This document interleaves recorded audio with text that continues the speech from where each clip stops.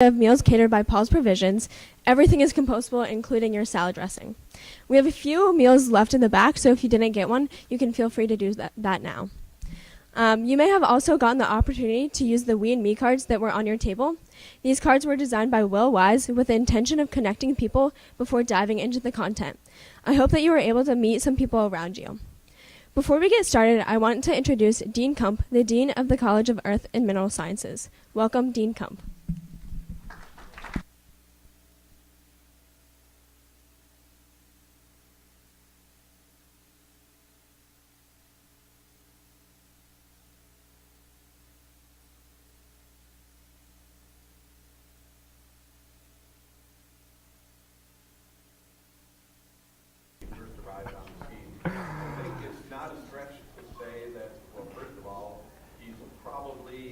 One of the most internationally recognized and widely celebrated scholars, not just at Penn State, but in Penn State history.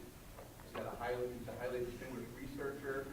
His work on the climate record, in particular the recognition of a very abrupt changes in climate that he detailed by studying in detail the ice core records from Greenland and Antarctica, made us all recognize that the climate system can shift so abruptly, not in a matter of thousands of years like we're used to thinking, but in a matter of years. The climate system globally can change. And that had a huge impact, not just on the scientific community and the way we think about the history of the planet, but also it had an impact on Hollywood. How many of you saw the movie The Day After Tomorrow? And that consequence of climate change, the seed for that thought of rapid climate change started with Richard Allen. So it impacted Hollywood, but it's more seriously impacted policymakers, governments around the world. And of course, Dr. Alley does provide advice to these governments and policymakers around the world. He's testified to the U.S. Congress many times. He's a member of our National Academy of Sciences and also a foreign member of the Royal Society of the UK. And he's won so many awards. Honestly, often you hear in these introductions that the awards are too long to list. So I didn't want to list them, but I did count them. And there, if I counted right, he's received 32 international awards of high recognition. These are the kind of awards that any of us, if we had one or two of them in our career, we'd feel like we had been a success. We have 32 of them and counting. Not only made such a huge contribution to our science and to understanding of climate, but he's a great science communicator, and you've seen his very popular books, you've seen his PBS television series, he's been on a number of documentaries as an expert. Several of the awards I mentioned are not just for his science contributions in his research, but also for his science communication skills. Such a good communicator that I don't want to take up any more time with his introduction. I want to turn it over to Dr. Richard Allen. Thank you. Oh dear, thank you. Lee and I go back a couple years. He was here just before me, so I don't want to date you, Lee, but at any rate, it's a pleasure to be here, and so we'll go ahead. I don't know if there's any way to sort of draw down the front bank of lights, but because I have penguin pictures, and so the students who are setting this up are fantastic. Maddie and others are doing really good things here. The Sustainability Institute is doing really good things here. There's a vibe, a buzz about this place that sets Penn State apart. So it's an honor and a privilege to be here. So I'm going to go to energy, to climate, to employment, to a bunch of other things, but I'm going to take you roundabout. There was a day I think I could have come in and showed you the new science and that would have covered it, but we live in a more interesting world now. And I think we really do need to sort of lean a little bit on basics, a little bit of the existence and the importance of what all of you do. And so I'm gonna take you around here a little bit. I'm going to start, this is a true story. Those of you with gray hair were there. Those of you who are students may not remember before cell phone, but there was an era before cell phone. Okay, and I was supposed to give a talk down at the museum at Baltimore. It was snowing up here. I got in the car. I drove to Baltimore. I got to the museum. It was locked. There was nobody there. And I found this thing. It's called a payphone. You can find it in the Wikipedia. It's at any rate. So you know, I found the payphone, and I called my wife, and she says, "Well, they called right after you left, and it's too dangerous to drive to Baltimore." Okay, so I have a cell phone. Mine's right here. I think it's turned off. But at any rate, you probably have one in your pocket, which may or may not be turned off. I want you to think about it for a minute. And many of you have probably done this exercise, but I'm not sure that everybody you know has. Right? So what is a cell phone? Right, and I'm starting you here. It's got a little bit of sand in it that's been used to make the glass and to extract the silicon for the chip. And it's got a little bit of some sort of organic material, such as oil, that's been used to make the plastic. And it's got the right rocks, not these actually, but the ones with the palladium and the rare earth elements and what have you. And that's really all it is sand, oil, and rocks, plus some science and some engineering and some design and some marketing. Okay? So do the mental picture. Right? Suppose that you put together a do-it-yourself cell phone kit, which is on the left, and you said, look, the Senate cannot campaign until they put it together. We would live in a really different world. Okay? Don't kid anybody, right? So there's a computer in here. The computer is bigger than the one that served the university when I was a student. And it is based on the transistor. The transistor was invented, you know, up the road here at Bell Labs. And that was a bastion of private industry that happened to have a government-granted monopoly. And once it came into being that they had a transistor, it wasn't ready for prime time. Where'd they get the money to make it ready? It was a lot from the Air Force. A few other sources as well, but a lot was the Air Force. The computer is designed with quantum mechanics. Quantum mechanics comes from people like Bohr and Feynman, who happen to have been university professors. So you've got a computer there. It connects to the internet. When I first logged onto the internet, it was called the ARPANET, or the DARPANET, the Defense Advanced Research Projects Agency. The Defense Department said we need our researchers to talk to each other so that we can improve national security, and they built what has become the whole internet. Okay? It was university researchers communicating to improve national security that gave you the ability to connect this thing. Right? Now, Cindy and I are trying to live with one car. So she drives and I bicycle, and if I go someplace, I get a fleet services car. And it's fascinating, the things that are not designed for bicycles. If you ever try to bring home kitty litter, right? But when I get in the car and I drive somewhere, I turn on my phone, and there's a very nice lady in the phone, and she tells me where to go. And I do what she says, and we get there, and everything is really good. And she is using GPS. Right? Now, the first time I met GPS, my advisor, who's pictured there, Ian Willens, was surveying the motion of Antarctic ice streams with this brand new technology. And he had to bring home all the data, post-process them, because where you were was a federal military secret. Because they had put dithering on, because they didn't want the Russians to be able to make their missiles go really accurately, really fast. And GPS is also a military project. It's primarily Navy and Air Force. GPS uses relativity. It uses special relativity. It uses general relativity. The satellites are up there saying, I'm here and it's this time, and you're doing distance equals rate times time to a bunch of them. And the satellite's going faster than you are, and it's higher in Earth's gravity well. And so you need relativity. The relativistic correction, she would start getting lost in about 2 minutes if we did not understand relativity. And relativity, you know, comes from people who researched at universities. The joke, right? We get where we're going because the nice lady in the phone is canoodling with Albert Einstein, which is sort of true, right? That's me in 1977. I started the summer after my freshman year. I started working at Ohio State, the Ohio State University on ice. I believe if you would ask my professors in my major classes what was the physics that you didn't need to know, they would have told you relativity and quantum mechanics. You have relativity and quantum mechanics in your pocket.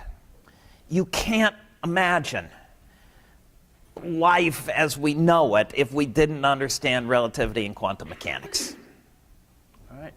And it isn't just phones. We're alive because a doctor saved us or our parents or our grandparents. And we're fed because somebody does this. And we drive across bridges without worrying a bit whether they were designed to be strong enough. And we get in planes that were designed on computers and we fly across the nation in them. And they were designed on computers using models, for goodness sakes. And all of this, you start looking through the history, and where did it come from? It's public-private partnerships. It's generally initiated by the public. The GPS, the internet, it didn't start in private industry, it started from the public making this happen. It is based on university research, and it has military as well as civilian applications. And you start looking at anything big in your life, and you come up through this, and you find the university in there really fast, and you find us as well as me, or as well as you, in there really fast. Okay?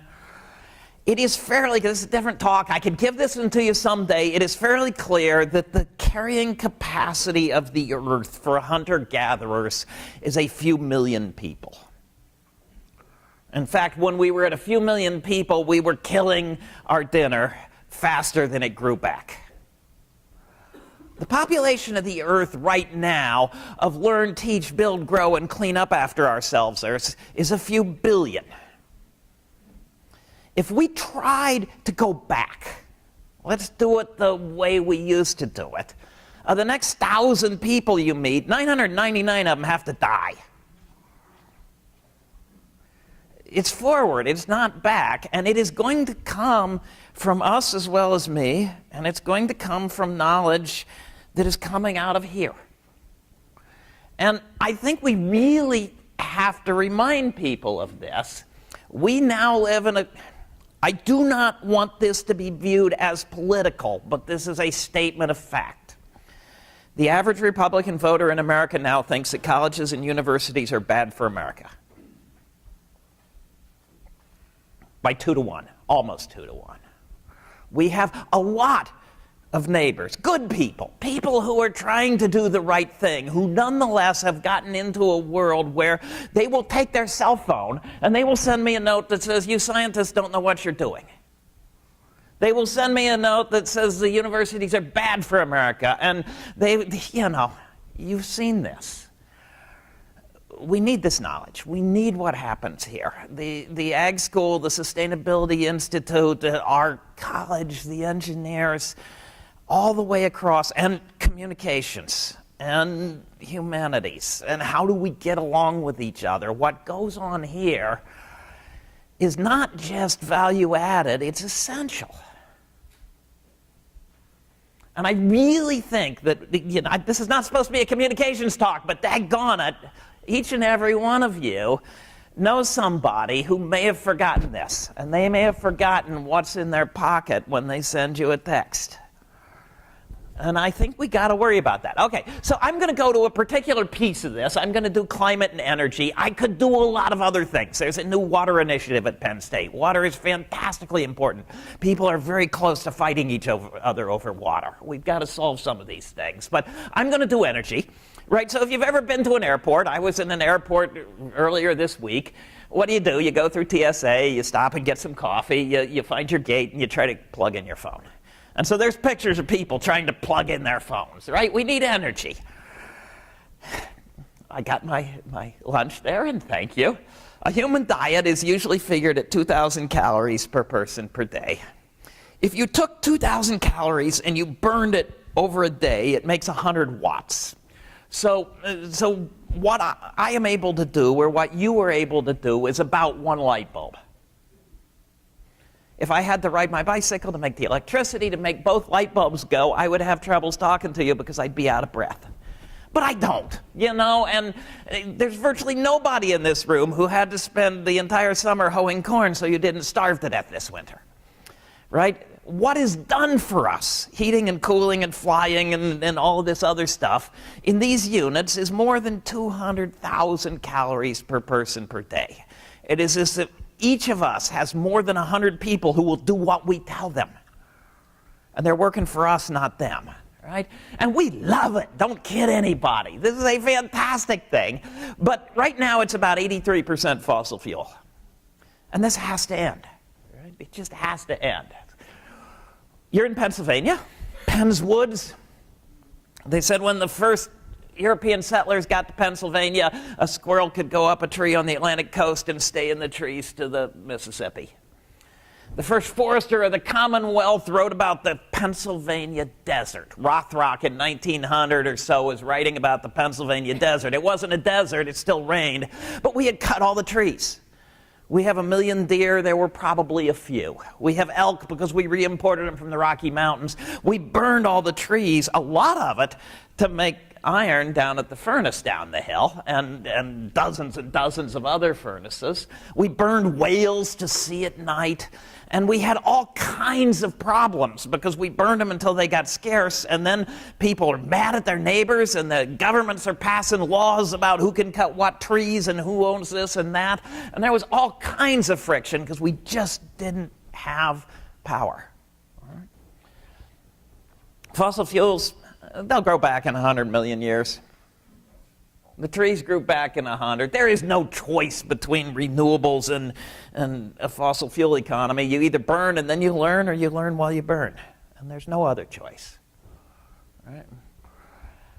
We sometimes forget how talented fossil fuel companies really are and how good they are at giving us what we buy. And there's some numbers up there you can look at. There are real efforts in sustainability here reducing the amount of trash. On average over the U.S., we put out at the curb for the trash collector a half a ton of trash per person per year. On average, each of us makes a half a ton. Our share of the CO2 that goes in the atmosphere is 19 tons. If we could see it, we would not have this discussion, because it so dwarfs the trash that we wouldn't know what to do with it. All of those coal miners are digging up something, and they put it in conveyor belts and in trains, and it's something. And when they burn it, it's still something. And it's a huge amount. And this is changing the climate, and we've known that. The greenhouse effect, Fourier 1824. CO2's role, Tyndall, 1859. Fossil fuel burning will change the climate, Arrhenius, 1896. Modern quantum mechanical understanding of that, the Air Force, right after World War II. Right? And there's a spectrum on there. If you go up in a satellite and look down at the Earth, the people who understood CO2 calculated what the satellite would observe when we got a satellite, and then they put it up, and they were right. This is an observed fact, and that magenta divot there is energy that is not leaving the Earth because CO2 is in the air. And it's absorbed, and it keeps the Earth warmer. And if there were more CO2 in the air, it would absorb more. The greenhouse effect is not something we make up. It is not something we can argue about. It's an observed fact that is understood fantastically well. And so you'll meet the person. You've met them, right? Do you believe in global warming? Do you believe in physics? I mean, that's sort of the kind of thing that's going on here. There's no controversy. There's no other side. There's a lot of people who have worked very hard to say, well, we heard from the scientists, let's hear the other side. Okay? Yeah. Okay. The only thing that's really been surprising in this for decades has been how much we've gotten and burned. Arrhenius knew about how much CO2 would warm the Earth. His physics wasn't bad, but his economics was just lousy. He didn't think we'd ever burn that much. All right?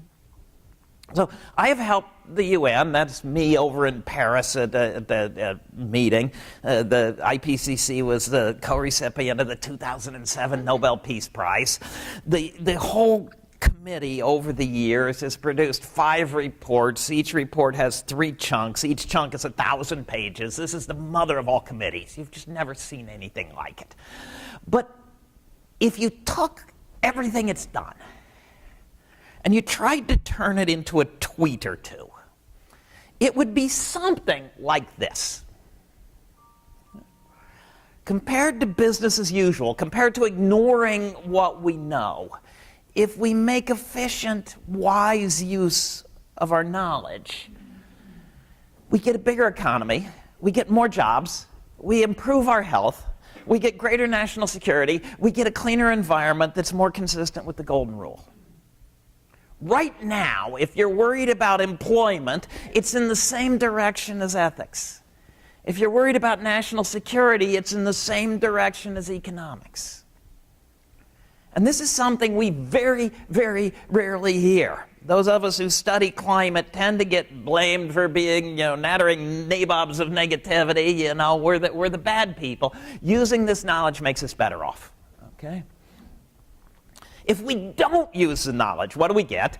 Okay, so climate is changing. It will change a lot more. A little bit of change, there's some winners and there's some losers. Too much change, it goes to mostly losers. The costs, a little bit of change, we've dealt with variability. If it's too hot for the crop where you live, you can borrow one from somewhere hotter. At some point, there isn't anywhere hotter that has a crop that likes it. And all of a sudden, the costs go through the roof. And there's a lot of uncertainty, and that's mostly on the bad side. A little better, a little worse, a lot worse. Okay? So we don't use our knowledge. It starts getting too hot. By the end of the century, there might be places on Earth that if you're sitting outside in the shade, in the wind, drinking water, naked, you can die of heat stress. That's not good. So heat stress gets bad, sea level rise, more variability in the water system, more floods and more droughts.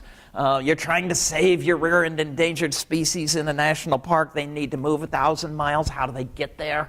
And especially poor people in hot places lose. Right?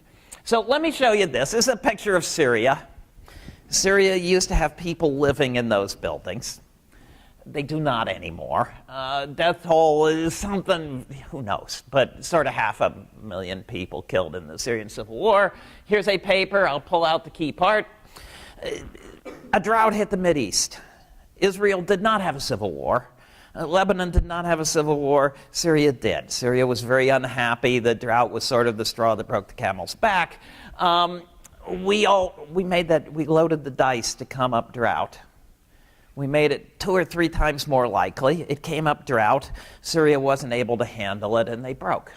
All right? Now, if we don't use our knowledge, if we keep cranking up temperature, this is what happens to drought by the end of the century. Green is less drought. All other colors are more drought.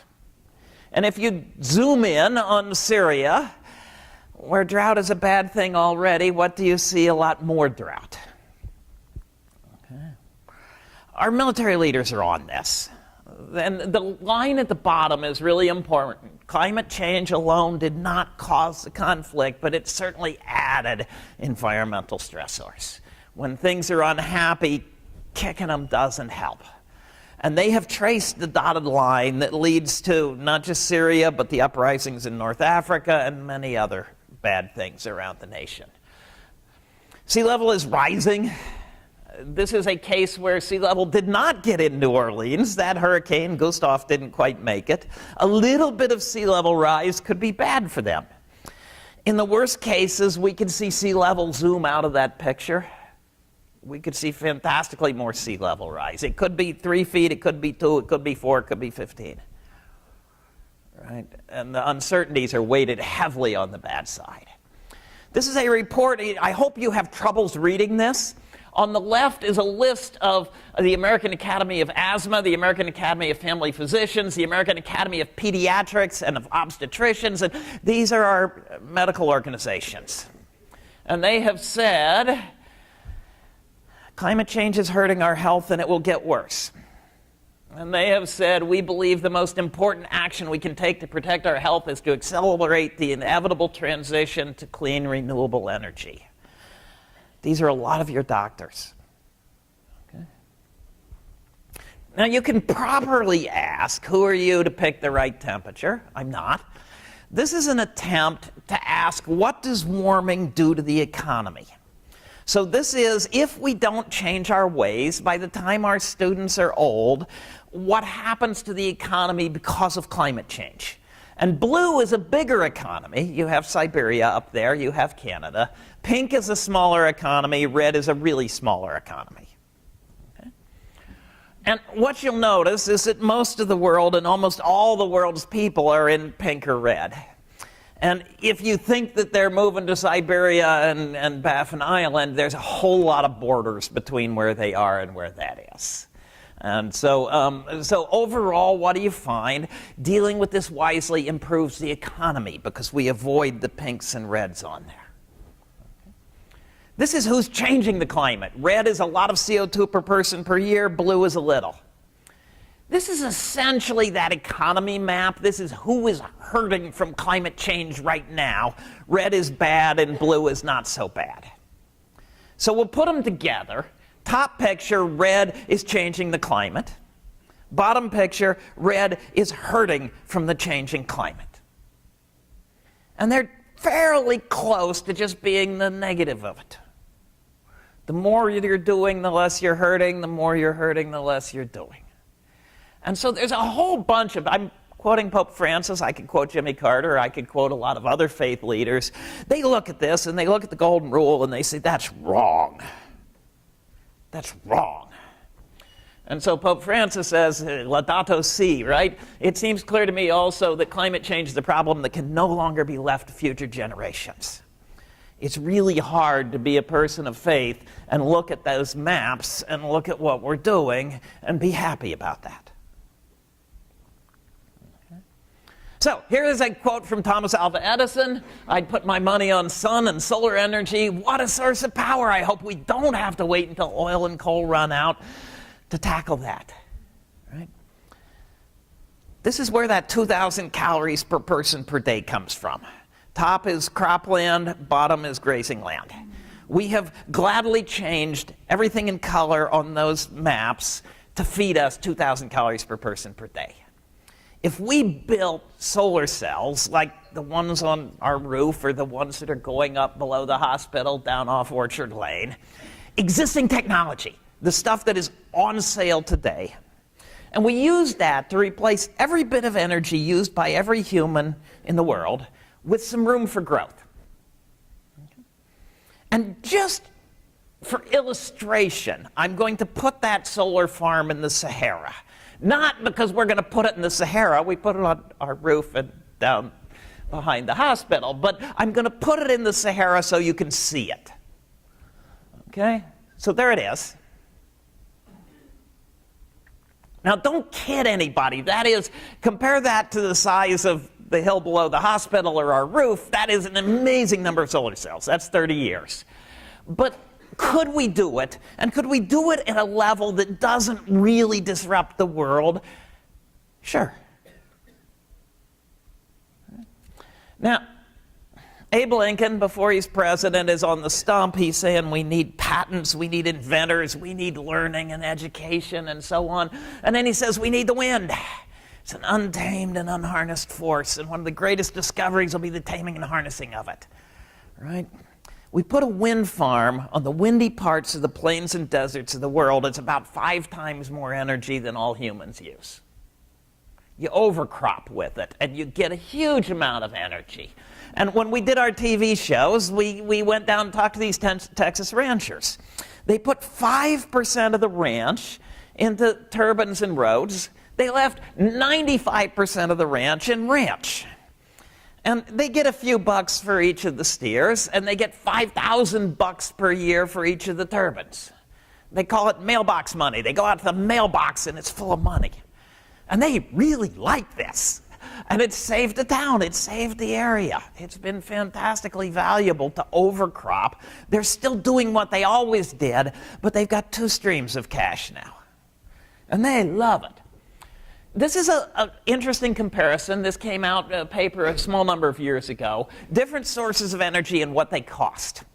And some of them you pay for, and some of it is paid by society and things like people breathing particles that come out of the smokestacks and then dying young. And if I zoom in here and I show you here the total cost of different energy sources from this study, how much society pays and how much the customer pays. And under full accounting, at the time this one came out, wind is actually the cheapest thing out there. We can argue a lot of pieces of this, but when the IMF, the International Monetary Fund, looked at this, they said fossil fuels are much more subsidized than renewables are. Much more. Okay? And so is it to the point that we can think about building an economic sustainable system? You got 30 years to build it. And you've got a lot of bright students here who are going to invent new companies and invent new things, and they're going to build it. And we know it's doable now. Are you going to burn some fossil fuels on the way? You better believe it. It's a 30-year transition. But if you start seriously now, you could do it in 30 years. And you've seen sort of what this says. So back to my tweet. Compared to business as usual, efficient responses on climate and energy give a larger economy, more jobs, improved health, greater national security, and a cleaner environment more consistent with the golden rule. That's the challenge. And it's a challenge for the new companies and the new innovations that are going on down the street here. It is for our engineers and our scientists, but it's for our communicators and our business students. It is for artists. It is for the whole range of what goes on here. And so I'll leave you with a picture I took. Oh, well, you're right, that's the last one. We're first generation in history that knows how to do this. That we can get off the treadmill and build something that's sustainable. And so I'll leave you, this is a picture I took in Greenland. If you can just barely see it, it's an iceberg and a rainbow. Can we have a world with icebergs and rainbows? Yes. Thank you.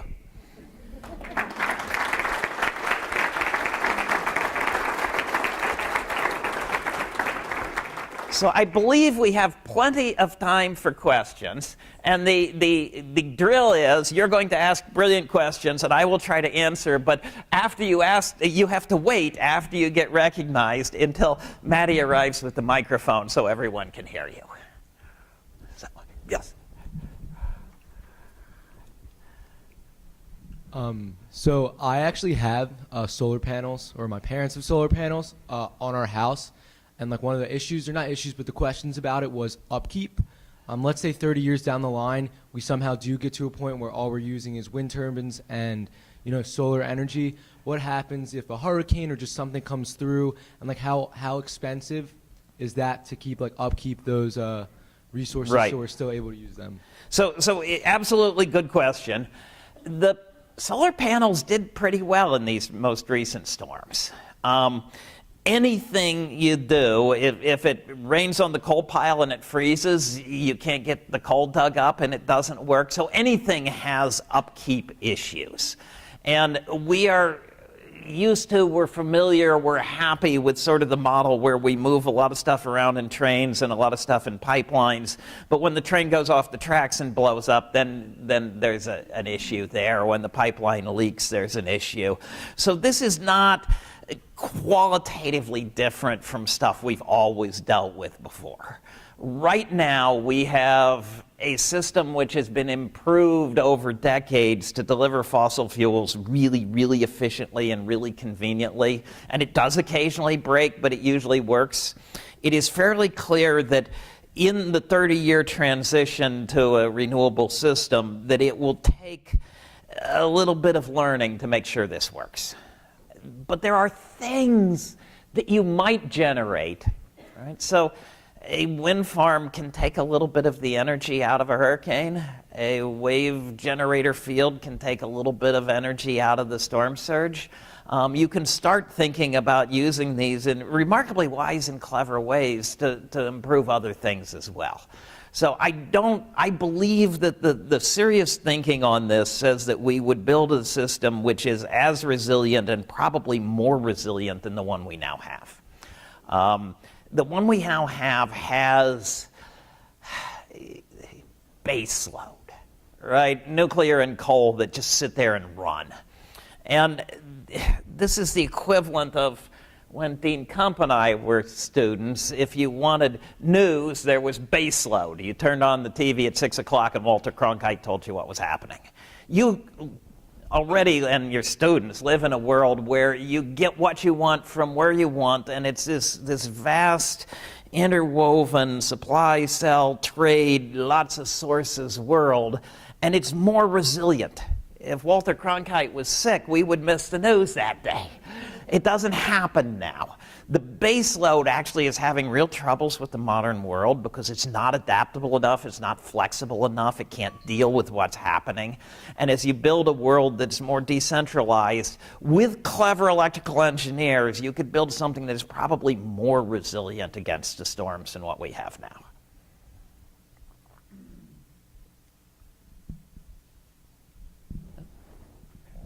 So way over here.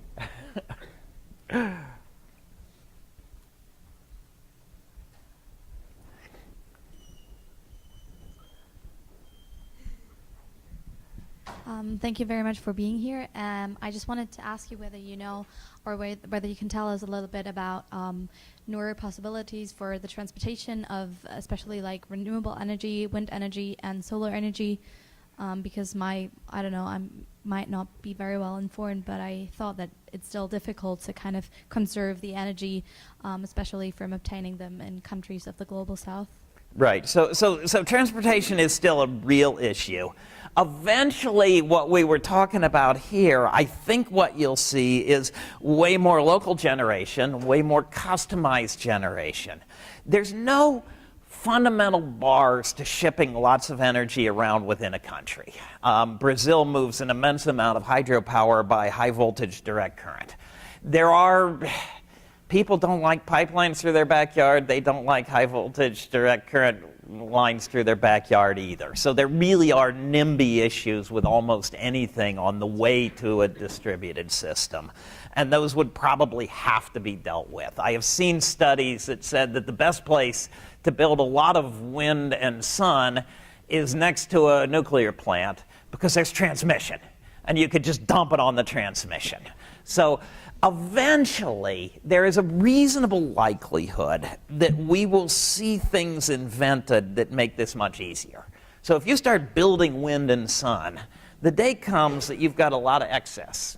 And you could put the excess into pumping water uphill that can run back downhill. You could put it into a number of other storage things. You could put it in batteries. You could pull CO2 out of the air, combine it with water, and make the equivalent of a fossil fuel that's CO2 neutral. And then you could use that as your liquid fuel to fly your airplanes. That right now is not economically feasible. But there's a lot of bright people at this university and a lot of other universities looking for the catalysts that'll make that work. And so if you committed to a 30-year transition, the people who are serious on this are very optimistic that they will find good ways. What we do know is the existing technologies will do it, so that you can build locally, you can build a variety of energy storage things, you can ship by power lines. And if a lot of people get electric cars, suppose we all have an electric car. It's got a battery. Penn State has a lot of vehicles. Suppose Penn State had a smart engineering department, which we fortunately do, and they built a buy-sell system with the grid. And when you park your car, you plug it in. Now, if the grid needs a little power, Penn State has 2,000 cars with the trucks and little gators and whatever else online with batteries. It buys a little from each one of them, and Penn State gets money. And when the grid needs power back, when the grid has extra power, it sells it to Penn State. And now Penn State and the Army and the Air Force and the U.S. government and anybody else that wants to play is part of this vast distributed battery. And there's batteries out the wazoo. So there are all kinds of things that you can think of that right now you couldn't turn it on, plug it in, and go. We don't have that. But there's no barrier to that at all. We know how it would work. And it's surprising how little the fleet needs to be plugged in to stabilize a whole lot of renewables. Getting rid of the last 20% of fossil fuel will be really hard, but up to that is really not very hard. And right now, to be honest, as you go towards gas turbines, that allows you to build immense amounts of renewables, and then you can look at how to deal with that last bit down the road. But Dean Kump knows more about this than I do. But in the short term, coal is very, very non-adaptable. Gas turbines are very, very adaptable. Okay, so. How long do you think it would take before fusion becomes a reality? And is it even possible there's such a thing as cold fusion? Right. So when I was a student, possibly when you were a student as well, we saw, little videos and film strips, and fusion was the energy of the future. It was just around the corner. And it's still just around the corner. And the joke in the community is that fusion is the energy of the future, and it always will be. There are serious studies from a few years ago from fusion fanatics, fusion proponents, who said if we are underfunding research in this, if we got serious in funding research in this, we might have fusion energy in 30 years. So no, I don't think so. Cold fusion, I was really, really hopeful. Just when I got hired here, that was the thing. And boy, we wanted it. We believed it was going to come. And 30 years later, there's nothing. So I do not, it is still possible that there will be some crazy, wonderful, blow-you-away breakthrough that solves all of this. But I wouldn't hold my breath. Those are, we have run through cycles and waves of these, and we made ourselves look silly cheering for some of them, and they didn't work. Fusion is going to be very centralized in all likelihood. If we get it, big plants, it still has some issues with radioactivity. All of these things ultimately have technical issues, they have economic issues, and they have sort of how you get along with your neighbor issue. And there are real troubles these days, bad press about wind and sun that is really, really overwrought. But ultimately, sort of farming the energy locally has smaller issues than most of the others. The worst thing can happen with a wind turbine, it breaks and falls on your head. The worst thing that can happen with a nuclear plant is that you have to close the county for a few years. And this has happened in Fukushima. And so the sort of issue of long-term, where are you going, that keeps people together and happy, my opinion, and this is an opinion, is that a renewable system gets closer to what's workable than anything else. We will have some nuclear for a good long while, and it is still possible. We have some very bright people in our nuclear engineering program who are looking for the next big thing, but the U.S. quit funding nuclear serious research for a long time. And the technologies that are sort of commercially available are really dated.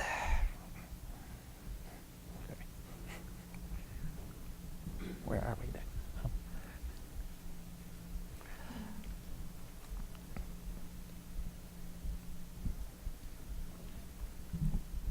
Hi, I just have a question about what we as citizens or residents of the country should be doing to encourage the government to potentially subsidize research for renewable energy, or just subsidize renewable energy, period. Okay, so thank you. Thank you. I have a set of maps up here, and I'm going to walk through them briefly, and the last one is my first answer to you. And this, if you have not seen these are from the Yale Climate Communications people. This is a very interesting thing. So they survey the U.S., and they say, what do you think about climate change? And then they put it out as maps. So the first thing to remember is a map is a perfectly valid way to look at the U.S., but it is a funny way to look at the U.S. And as I've got on the text up there, Philadelphia, the city of Philadelphia, has almost 3 times as many people as Wyoming. The metropolitan area of Philadelphia has more people than Alaska, plus North Dakota, plus South Dakota, plus Idaho, plus Montana, plus Wyoming. Right? That little tiny clot down in the corner there around Philadelphia, more people than all of those states put together. But those states put together have 12 senators. Okay? So this is a valid way to look at the world, but it's not the only way to look at the world. Okay, so this map, that particular pattern, looks like many things that you could ask America about. And you can look at it. So orange, this question is climate changing, okay? And orange is the people say yes, and down the gray is the people say no. And you will find State College on there. You can find Madison. You can find Ithaca. You know, the map is, and this map, that pattern, is the same for all the questions I'm going to show you. It just moves up and down. So America says, yeah, climate is changing. Are humans causing it? The average American says yes. The average area of America says no now. Do scientists agree? Right? So people learned about this from scientists, but they think that they are now ahead of the scientists. This is essentially the map of how much confusion has been generated. And I believe a lot of this generation of confusion was intentional, and it was helped along by targeted investments. But the difference between is it changing, is it humans, do scientists agree? Scientific agreement is as high on this as anything you'll ever find. And yet most people think they're now ahead of scientists on this. Is it bad? You come back up a little bit. And then the two that matter. Should we look for solutions?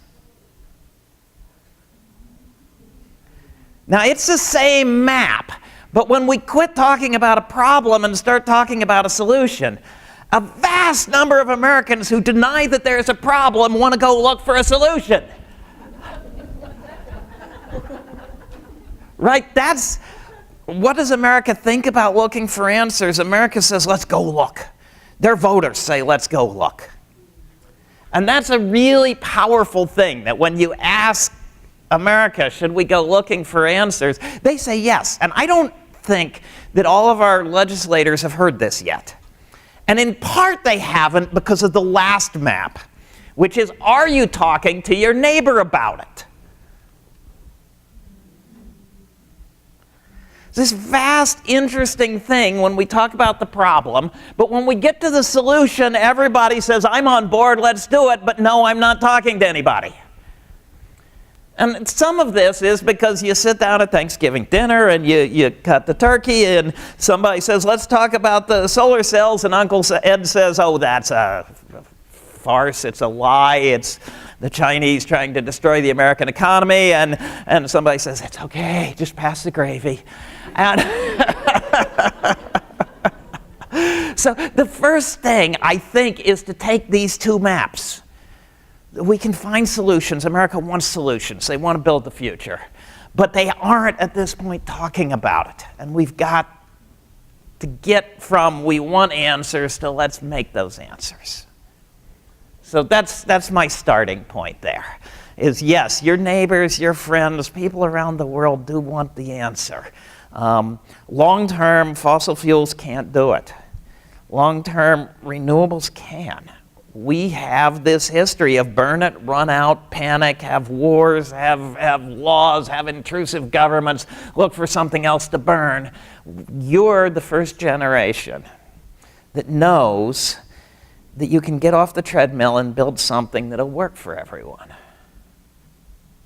And when we went from killing our food source by overhunting various things to farming, it took us 10,000 years to get it right. But we increased the population 1,000-fold by learning how to make the land feed us. We're still hunter-gatherers of energy, but we can farm it now.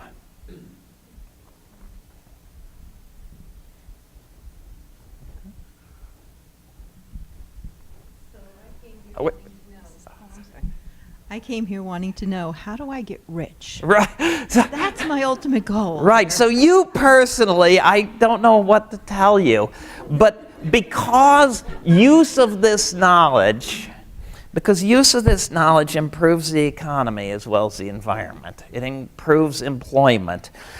The opportunities are there.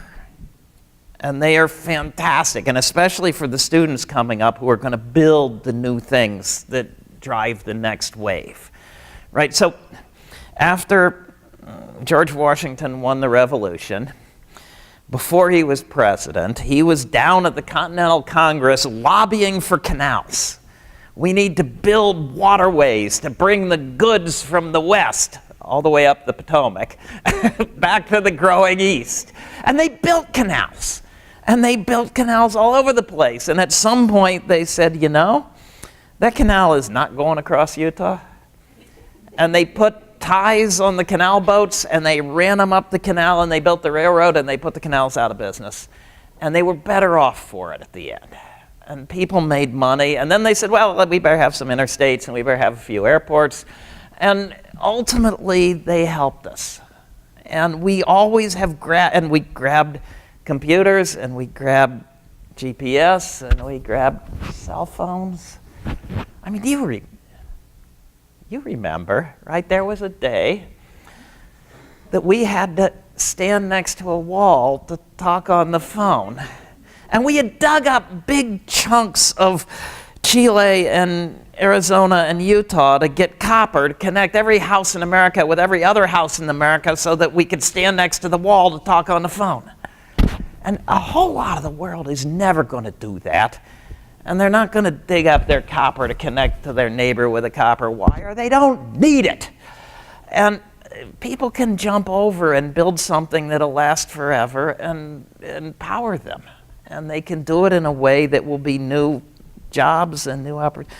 The job outlook, I have tried. This is something I'd love to have better data. And if there's anyone here who knows where I can do better, please let me know. I have tried to find out where jobs come from and who makes them. But if you go to the government websites and you ask, what is employment in, so how big is fossil fuels? And fossil fuels are a few % of our economy. Right? It's a little below, it's been above 10% when the prices were really high. It's a little below now, but it's a few % of the economy. And then you say, well, how much is employment in fossil fuels? And the real issue is whether the clerk at Sheetz is a fossil fuel employee or not. And if the clerk at Sheetz is a fossil fuel employee, then a few tenths of a % of employment is in fossil fuels. A few % of the economy, a few tenths of a % of employment. If the clerk at Sheetz is not a fossil fuel employee, it's way lower. Right? We had, when the kids were young, they're grown now, but when the kids were young, Cindy and I and the two daughters at one point were in a drag line taking apart a mountain over by Windber because younger daughter was doing a film for History Day on surface mining and she got us there. And the guy's sitting there and he's got 2 joysticks and he's taking apart a mountain while he talks to us. Right? So he's just doing this, right? And right? And he says, you know, when Granddad was here, there were a whole lot of really bad jobs down in the hole. And he says, now there's 4 of us run this thing 24/7, and there's a guy that greases it, and there's a few guys that drive the trucks, and somebody sets the dynamite, and that's it. That's it. And the guys driving the trucks could probably be out of work tomorrow with self-driving trucks. There's already a lot more people putting solar on roofs than are digging up coal in Pennsylvania. And the people putting solar on the roofs are a lot harder to replace because they actually have to drill into the rafter. So the opportunities that are out there to build something that runs for a long time, that makes employment and it improves the economy are real. And for the students especially, this is it. The question that they face is, we have this history. If you look at the development of wind and sun, they do this. And this is people fighting each other in Congress. And rather than doing this, they do this, because nobody has told the students your future could be here if you build us a new world. We have time for one more question, so if anyone has one, feel free. Yep. Amazing. So Dr. Richard Alley, he's going to stick around for a few minutes afterwards. So if you have individual questions, feel free to go up and ask him. But thank you so much for coming out today. Thank you. And thank all of you. This is wonderful.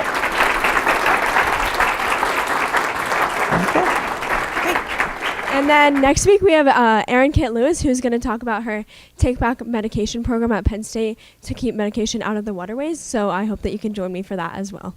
Thank you so much and have a good day.